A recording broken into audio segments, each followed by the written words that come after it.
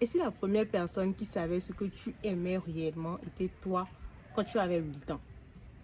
Parce que oui, on cherche quelle est notre passion, quelle est notre foi, et on regarde devant, on regarde quelle est la formation qu'il faut, euh, qu'est-ce que telle personne nous propose, voilà. Mais quand on était enfant, on ne réfléchissait pas forcément. On faisait peut-être certaines choses naturellement. On, sans qu'on pense à l'argent, sans qu'on ne pense à l'argent, sans qu'on ne pense à être rémunéré, payé. Voilà, naturellement, on arrivait à faire certaines choses et des gens nous disaient que ah, passez bien, ah et tout. Peut-être que toi-même, tu ne t'en rendais pas compte. Et donc, peut-être que c'est la meilleure manière de peut-être te redécouvrir actuellement à l'âge adulte. Tu peux déjà essayer de demander à tes parents, père, mère, frère, voilà, quand tu étais petit, qu'est-ce que tu arrivais à bien faire?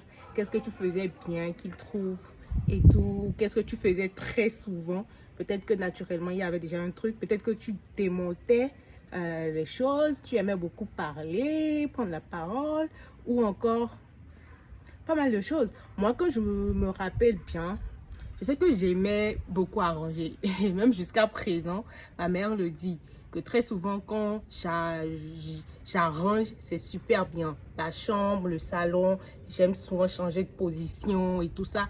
Et je me dis ça, est-ce que ça, c'est quoi? Je vais aller faire, je sais pas, servante ou je sais pas. Mais au final, je me suis rendu compte qu'il y a un métier pour ça, like, un peu comme les décoratrices, parce que pour les événements aussi, j'aimais beaucoup décorer. Donc, un peu comme les décoratrices d'événements événementiels ou la décoration d'intérieur. Je me suis rendu compte que oui, c'est un truc que je pouvais bien faire parce que bah, ça a trait à ce que je faisais naturellement quand j'étais plus petite. Ouais, donc dans cette quête de chercher sa passion, on peut se chercher à voir en arrière, quand on était plus jeune, ce qu'on arrivait à faire naturellement.